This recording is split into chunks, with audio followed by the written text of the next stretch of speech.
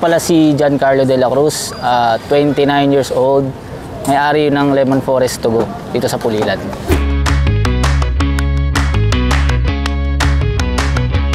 Bali nabuo itong idea na to na mag-open na lang ako ng small business nito na si Lemon Forest kasi may background naman ako dati as a barista nung isa sa mga trabaho ko.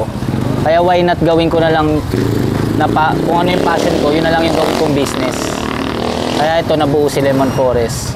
Saka ang kinagandahan kasi ng business na to, nagkiklik siya any season. Lalo na pag summer, siyempre. And even kahit malamig yung panahon, tatangkilikin pa rin ng tao kasi nga, si Lemon may pampaboost ng immune system natin.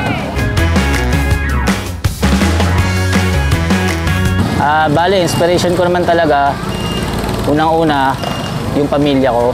Tapos yun, isa rin to sa hiniling ko dati kay Lord sa mahal na Panginoon. Kaya, imbis na maubos lang yung inipon ko, yung binigay niya sa akin itong business na to, na kung saan, ito nga, napapaikot ko yung pera ko. Tapos yun na, mas maganda yung pasok sa akin ng pera ngayong taon. Ang pinaka binabalik-balikan ng tao dito, lalo na yung mga bata, is yung lemon with Yakult. Ayun, yun ang bestseller ko rito.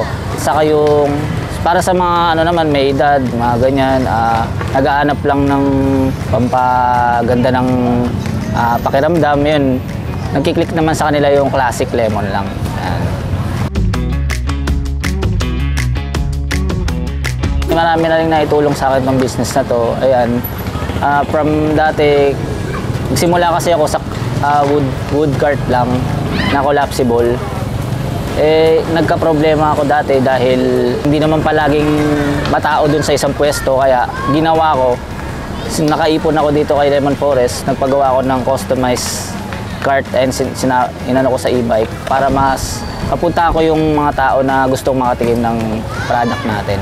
Saka yung ano yun, yung daily expenses din natin, saka bills, yun na po-provide na rin natin sa pamilya natin. Bale, sa umpisa, struggles ko, siyempre sa umpisa hindi mo alam kung magkiklik, kung magugustuhan ba ng tao yung lasa. Saka yung isa pa doon yung expenses din. Hindi rin biro kasi yung expenses sa ganito. Kahit sabihin na natin small business lang siya, kahit papano. Kailangan pa rin talaga natin pagkasyahin yung kung ano yung pondo natin para mapaikot lang yung pera natin. Tulad ngayon, nagmamahal yung lemon kasi hindi naman palaging season niya.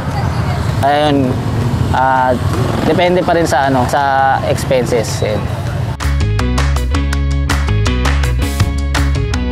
Everyday matatagpuan ako dito sa park. Minsan pag may pasok ang elementary school, pupwesto ako sa may Pulilan Central Elementary School 1 to 3 PM. Tapos pagpatak ng alas 4, nandito na ako sa park hanggang alas 7 na ng gabihan. Kung naghahanap kayo ng cravings and gusto nyo maiba naman, ayun, puntahan nyo lang ako dito sa park para matry nyo si Lemon Forest.